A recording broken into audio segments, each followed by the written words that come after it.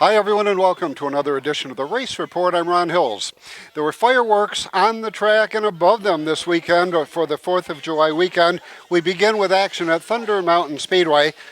The XL 600s took the weekend off, so we begin with the street stocks, and it didn't take Steven Deinhardt long to make it to the front. 20 laps to distance. Rich Sharpstein grabbing the early advantage. Right there running second, Trevor Dudley down on the inside, Jason Beebe.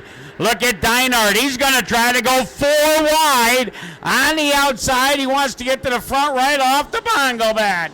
Wow, unbelievable. Way up on the top side of the speedway, Steven Deinhardt charging into the number 2 spot. Now he'll go after the race lead just like that down the back straightaway. Sharpstein, your leader. Deinhardt taking the long way around. But he's your new leader at the stripe here on lap number 2. Wow, way up there on the top side. He drives right to the head of the class in just 2 laps. Sharpstein back to the number 2 spot. Dudley third, Carpenter fourth as they swing it out of the turn this time. Proved that you got to be up there to run there. You can't be on the bottom and run the top. You got to go up there and run it. Deinhardt with the lead, staying there on the top, diving down to the bottom now through the turn. Carpenter down on the inside as those two are going to battle for position, trying to work around the 2D of Trevor Dudley. They're going to go inside, outside of Dudley.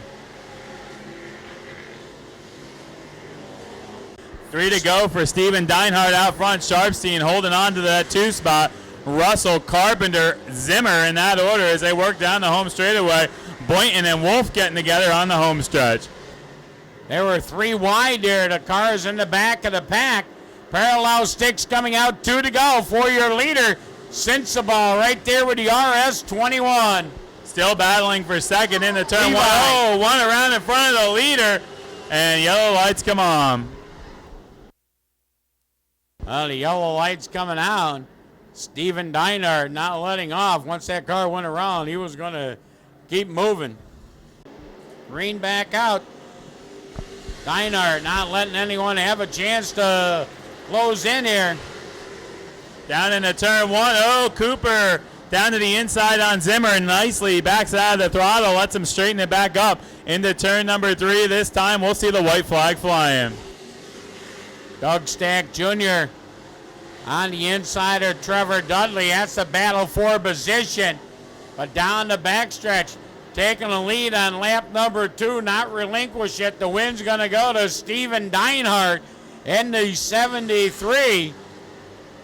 Then it's the 5 of Rich Sharpstein, Donald Russell Jr., Jonathan Carpenter, Earl Zimmer, John Cooper Jr., Trevor Dudley. Next up were the Open Sportsmen. It was win number 2 on the season for Larry Hillis. Out of the turn they come. The green is out. Mark Goodwin, the M64, grabbing the early advantage. Down on the inside, Larry Hillis. Eric Lee trying to sneak down on the bottom as Chris Jordan was a little bit loose. They all come through there. But Goodwin going to lead lap number 1. Lap number 1 up in lights for the M64 Goodwin. Larry Hillis trying to make some ground on the bottom. So is Kenny Hammond. Hammond with a run down to the inside for third. Hillis goes for the top spot deep into turn number 3. He looks like he may get the lead at the stripe. Now Goodwin's still your leader. Hillis on the inside. Right there running third. The anniversary boy, Kenny Hammond, had Hunt's Auto Service ride. Here comes the marathon man. He's already up the 4th. The Beast on the inside. Brandon Walters in the 22. Brandon Walters, an I-88 Speedway regular, looking strong here, invading with the number 22 as they work it down the back straightaway, still side by side for the lead. This time out of turn number 4, Larry Hillis will get the edge. He gets the nod out of turn 4. Hillis getting that monkey off his back here last Saturday night, looking to make it 2 in a row here. The Bubba Burger machine, the Davis car up on the high side. They brought a lot of presents for you fans here tonight. Eric Lee, hey, got contact. We got the Spoonhour car going over. Brandon Walters, the 22 W, and the 34X of Billy Spoonhour sitting on his side over there. The 118 now, Britt trying to work under Goodwin. Got a good run on the Goodwin machine. Trying to get almost getting pinched into the implement tire there. 2 laps to go when they come out of turn 4 this time. 2 to go down to the stripe. Goodwin trying to hold on to that number 2 spot. Here comes Lee up the speedway one more time. Looks like Hammond might get a run on him down into turn number 3. Goodwin hung out on the outside as they work it out of turn 4 this time. Britt getting by Mark Goodwin. The battle right now is for 4 and 5. Hammond to the inside of Eric Leet. That's the battle of top 2 point getters. The win going to go to Hillis. Second is going to go to the 118. Third went to Hammond. Wow, nice move there by Kenny Hammond on the inside to get the number 3 spot down to the wire. Last year, the son of modified legend Doug Worthing got his first ever modified win at Thunder Mountain Speedway. That was behind the wheel of the number 63. This time, he was behind the wheel of the 14 car. Into 3 out of 4. Sammy looks him over. Green is out. Byron Worthing with the early advantage. Shan Spoonhour up on the top. Billy Spoonhour right there. Third down on the inside. It's Kenny Titus, the Kirkwood Comet. Marshall Balzer took a detour there in turn number 2, went through the infield. He keeps it rolling as we click off lap number 1 with the Owego, New York driver of Byron Worthing at the head of the class. Here goes to 713. He went sideways. Down into turn number 3 out of 4, Worthing on the go pedal. Here we go. We are rolling. Worthing showing the way right now. Then it's Spoonhour and Spoonhour, Chance and Billy down on the inside. That's Brian Malcolm. Not quite able to make any momentum on the bottom. And here comes Titus underneath Brian Malcolm in that 119. Titus down to the inside. Chad Cook finds some real estate way down on the bottom. Malcolm hung up a groove there as he heads down into turn number 3. That car just a tick tight on that outside lane as they rumble it out of turn number 4 this time. Byron Worthing. Here you got one going around. That's going to collect 1, 2, 3, 4, 5, 6, 7 of them.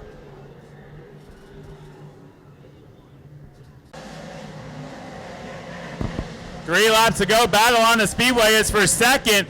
Here comes Malcolm down to the inside on Spoonhour. They're going to battle into turn number 3. Malcolm leaves a little bit of a lane there, works it off on the inside. Malcolm now taking over position second. Wilcox got way up and out of the groove. He's going to lose some spots. But coming around, the white flag coming out for Byron Worthing, looking for modified win number 1 of 2015. Out of turn number 2, Worthing setting the pace down the back straightaway for the final time. Checkered flag set to fly for Byron Worthing. Coming home second, Brian Malcolm. Spoonhour for 3. Mike Nagel Jr. for 4. Ryan Jordan for 5. Rashinsky almost getting the wall here.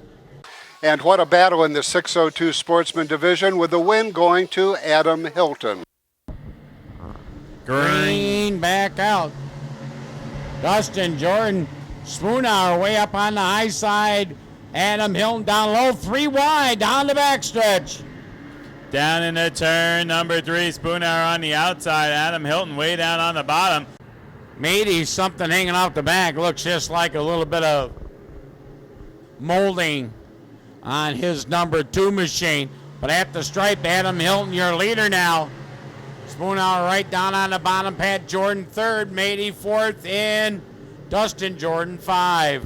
Whoa, look out back straightaway as Krebs and Forward got together. Black and white silk's gonna fly, the win. Going to the 3 of Adam Hilton, Brian Mady, Shane Spoonhour, Dave Doig. Moving right along to rookie sportsman action, the win went to Cody Bishop. Dylan Robinson continues his dominance in the 4-cylinder division. Stay tuned, there's more straight ahead on this edition of The Race Report. You're watching The Race Report on Fox 40.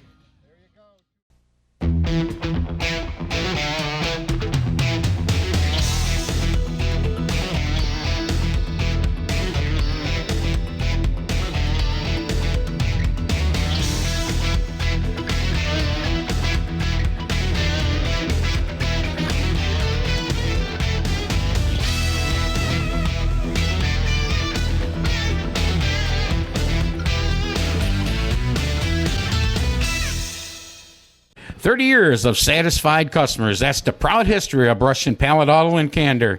We have a large selection of cars, trucks, and SUVs.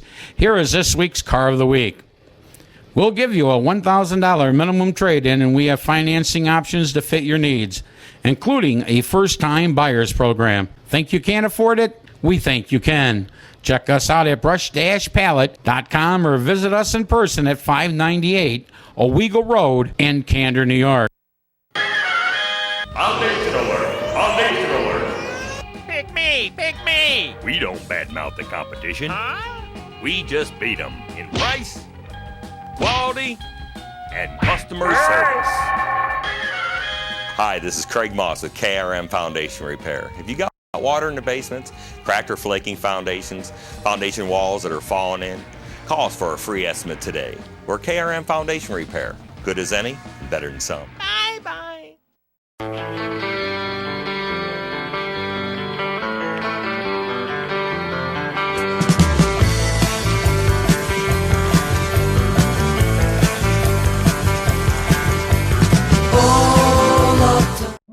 Satico's Catholic Shop on Endicott's Washington Avenue has offered our Catholic community the finest selection of religious gifts, holy medals, rosaries, statues, and more. Visit Satico's Catholic Shop, Washington Avenue, Endicott.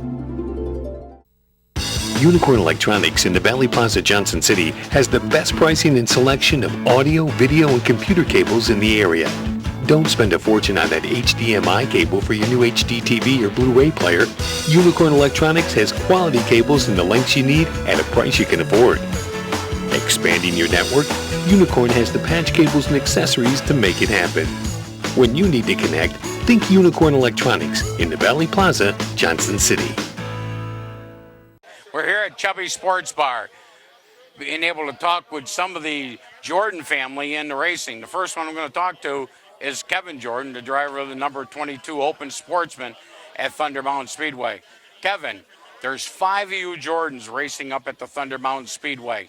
Try to explain to these fans all those Jordans. Well, it started off over 10 years ago.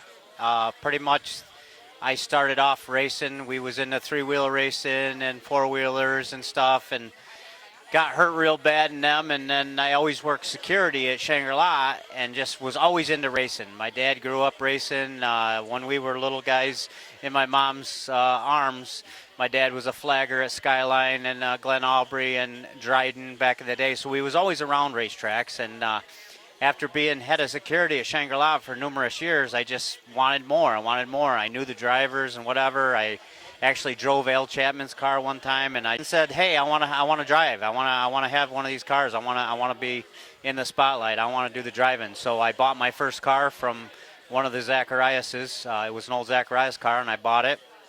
I actually bought it the week before, and he says, "I want to race it one more time," and he ended up wrecking the car real bad where it got cradled off, and I still ended up buying the car, and that was my first car, and that was like my rookie season, and I traveled around and run like 7 races and ended up getting Rookie of the Year that year, and just traveled around and learned a little bit about the car. And people kept telling me, if you can pull your car in the trailer at the end of the night, you've done good. And of course I started off and learned a lot, and it cost a lot of money to learn, and then we as a family all started getting into it. And then my next younger brother, Pat, got into the racing, and in the late model class, I was in the street stock class, and just kept proceeding from there, racing and doing what we had to do. And then my next younger brother, he got into a race car, street stock, and as I was in the street stock, he was in a pure stock class. We kind of painted our cars and lettered them the same, and always helped out. We didn't ever out money anybody. We out maintenanced them or out thunk them. And started doing well and started winning races, and it become like an addiction. We work all the time anyways, and instead of going out to the bar rooms and hanging out there, we'd go out to our garage and hang out and work on cars, and that's pretty much how we got started, and just kept proceeding from there. So as of right now, there's 5 of us that are racing. I have my nephew Dustin, which is his first full year in the race cars this year. My younger brother Chris, which is in the Open Sportsman's class in my class.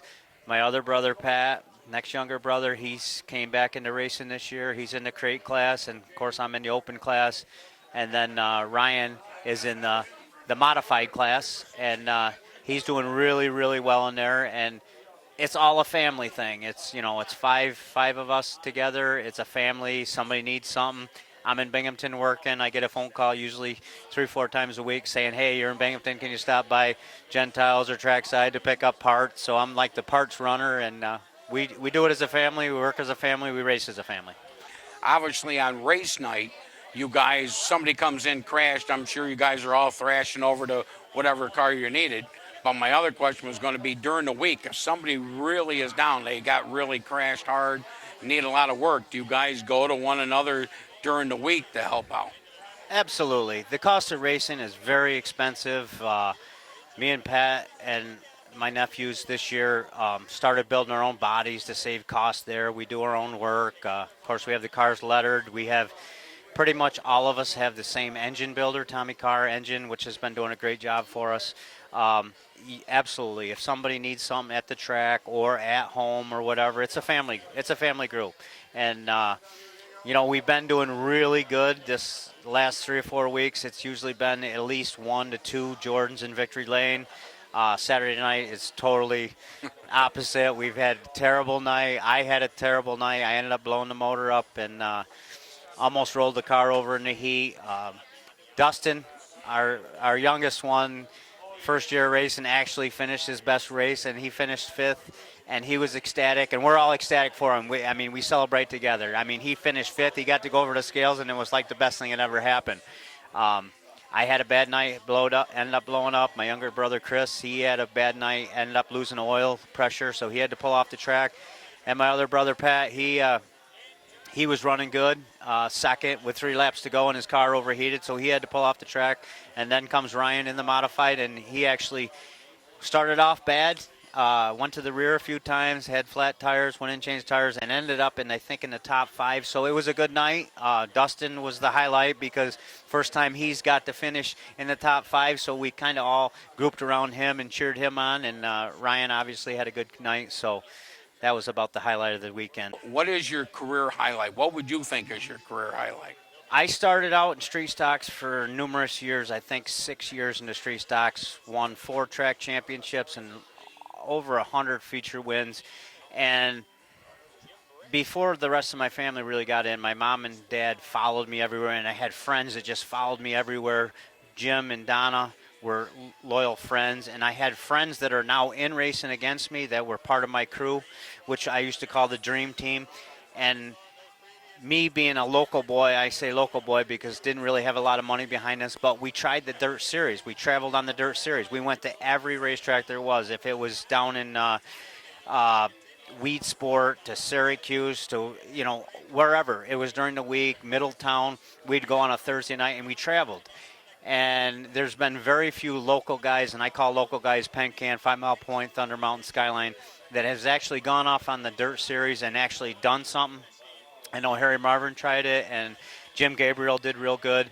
And I actually went on the dirt series in the street stock and had a great time traveling.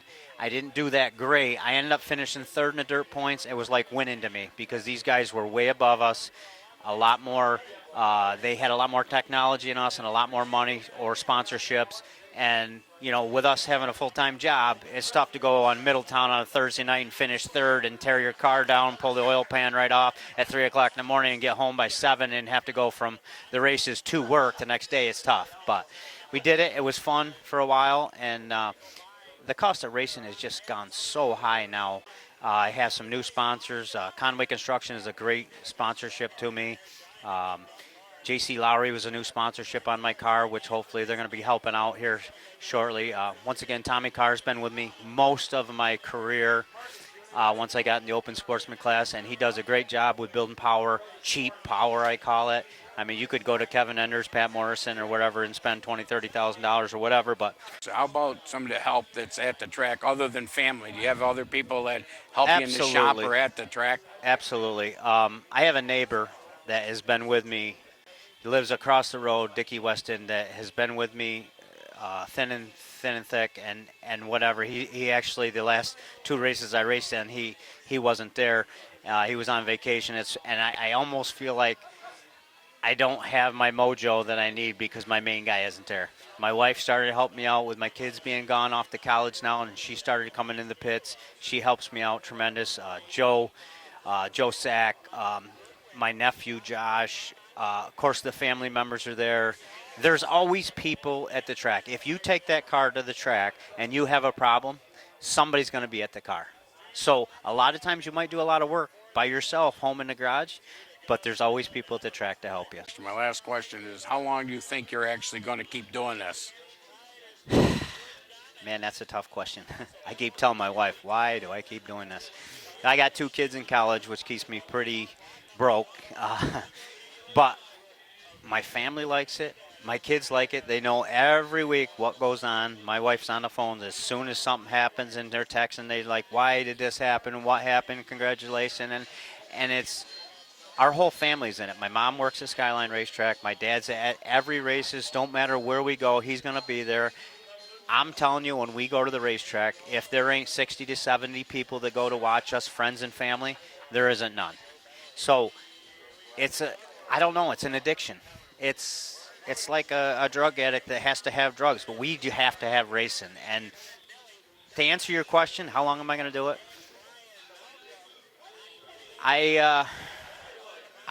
This time of year, I almost say I'm not doing it much longer, but then I'll get back going and do good, and I'm like, all right, we're going to get ready for next year. So I keep going. I don't know. I think I will probably be doing it for a couple more years at least, and then I'm not opposed to coming down and saying maybe I'll just own a car and have somebody drive. I don't know, because it is a lot of work. There's no question.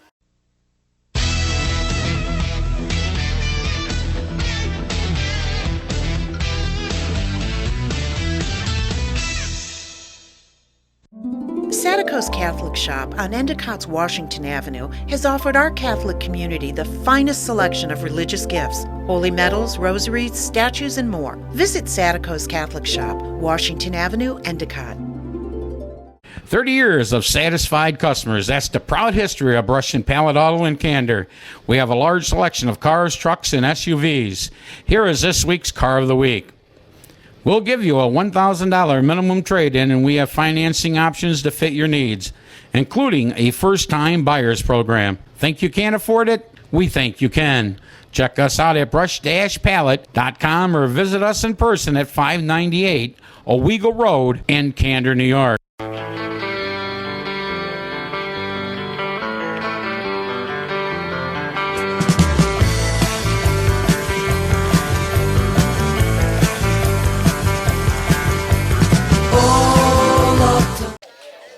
There's a car show coming up in 40 Fort, Pennsylvania. That will be on Sunday, July 19th. The location is the Wyoming County Airport. It's not only a car show, it's also a fly-in. This year we have the European Auto Show and the Vintage Airplane Show down at the 40 Fort Airport on July 19th. Gates open at 9 in the morning. Come on down. It's a combination European vintage car show. It's put on by the British Car Club of Northeastern Pennsylvania. But the cool thing is that it's at an airport where they have a lot of vintage warbirds. So you can get a ride in a warbird, or you can get a ride in a Cessna 172.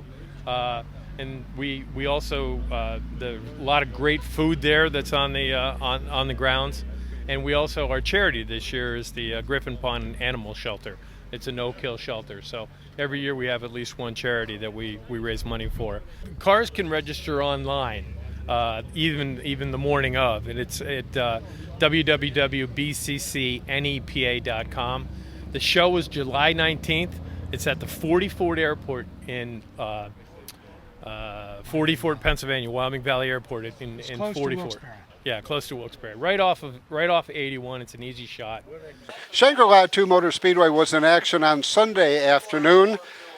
First to four-cylinder action, making the call is Morgan Colgrove. Final turns out here, coming on the Ford, Joe Lee, picking him up. Nolan, one last shot at him, can't quite get it done. A.J. Lane crosses the number 3 spot. McKernan crosses 4. In sportsman modified action, Jimmy Zacharias returned to Shangri-La 2 in a big way. He checked out on the field, Once again, here's Morgan Colgrove. In street stock action, a controversial win, but the win stood. Gary Noe picking up that victory. You hear about Tech post-race?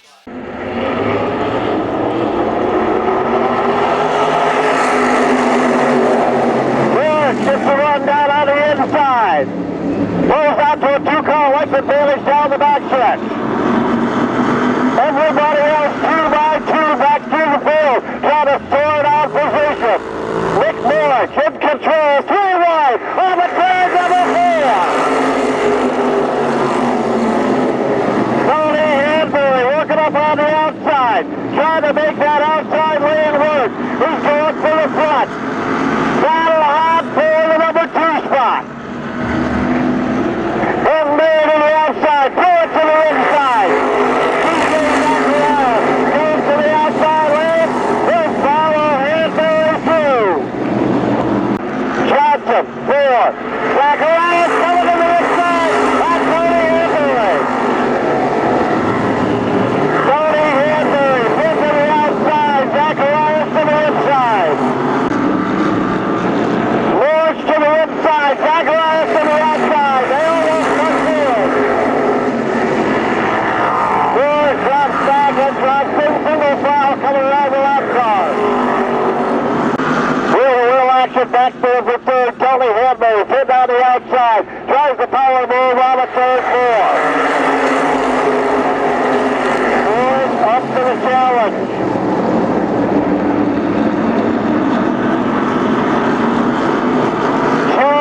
Remaining in this one, we'll work on the turn 4. Johnson trying to get another run at it. Hanbury comes on the wrong side on the inside. Battle out for the number 3 spot. Ford sitting on the outside. Hanbury down the inside. Working down the backstretch, and Hanbury's got it. He's got a long ways to go to get the second place though. What's flag going?